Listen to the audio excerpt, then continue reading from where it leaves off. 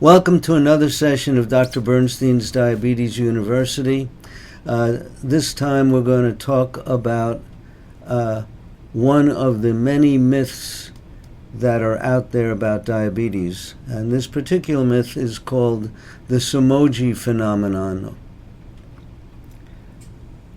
About 9 months ago, I was interviewing a new patient, and she told me that her endocrinologist had told her that whenever blood sugars drop low, they rebound very high, and that they can go up by 500 or more due to a magical effect called, invented by or discovered by a Chinese doctor called the Somogyi Phenomenon.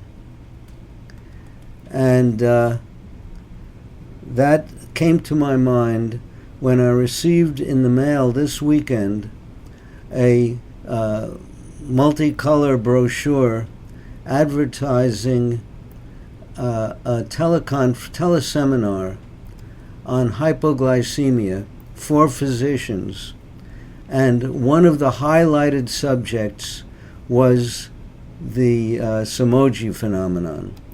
The speakers in this teleseminar were, for the most part, former officers and editors of the ADA. And I get this in the mail, and I'm astounded that this myth has permeated so deeply.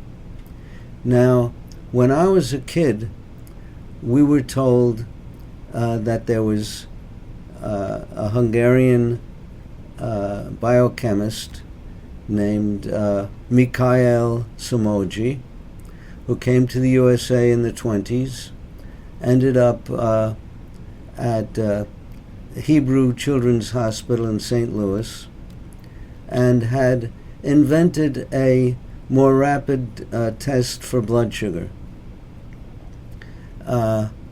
More rapid probably was an hour instead of 3 hours back in those days. In any event, it was his belief that when children woke up in the morning with high blood sugars, that they must have had hypoglycemia during the night. He had some clues that suggested this might have happened, but no hard evidence. Remember that they did not have blood sugar meters, and to do a blood sugar would mean being present in the middle of the night, waking a child, drawing some blood from a vein, which was difficult, and then processing it for at least an hour, if not more. So this was really a speculation, and he had no hard evidence of this.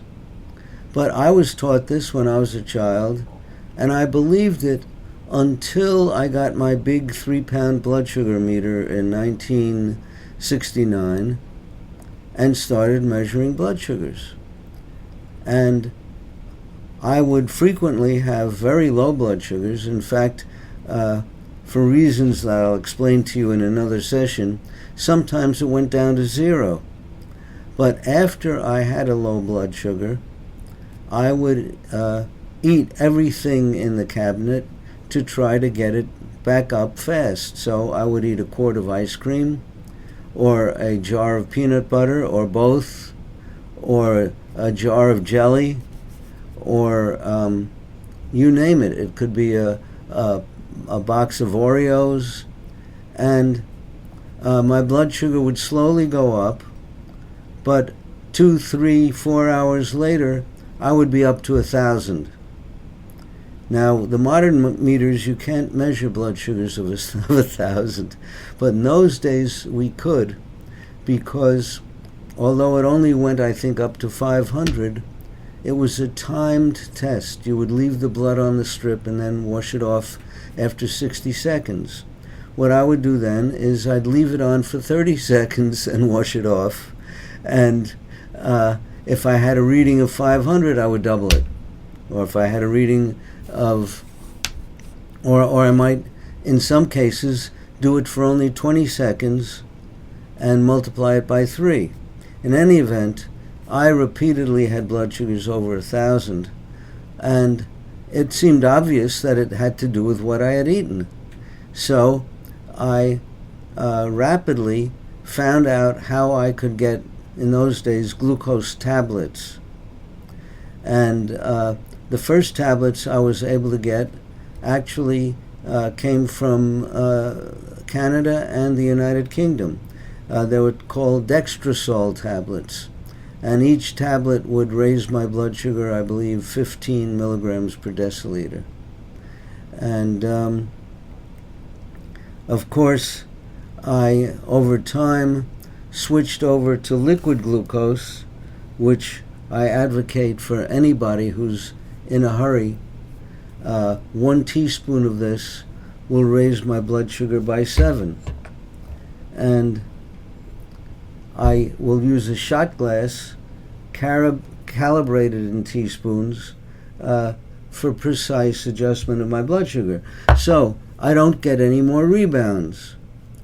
So the Somogyi phenomenon clearly wasn't true.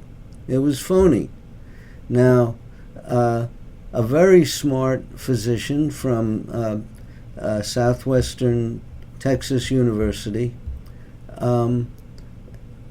did a literature search, looking at every article he could about the Somogyi phenomenon, and there was no evidence. None of these presented cases where they measured blood sugars and measured what the patient consumed, and the patient consumed a precise amount of glucose, etc. They only went up if they had huge amounts of carbohydrate.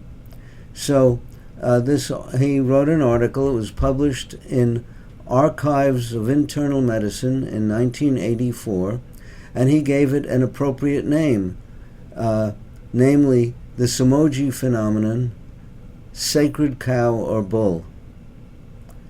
So that was a great title, and with that we'll close this session. Please look underneath the closing images for information about my monthly teleconference. Thank you.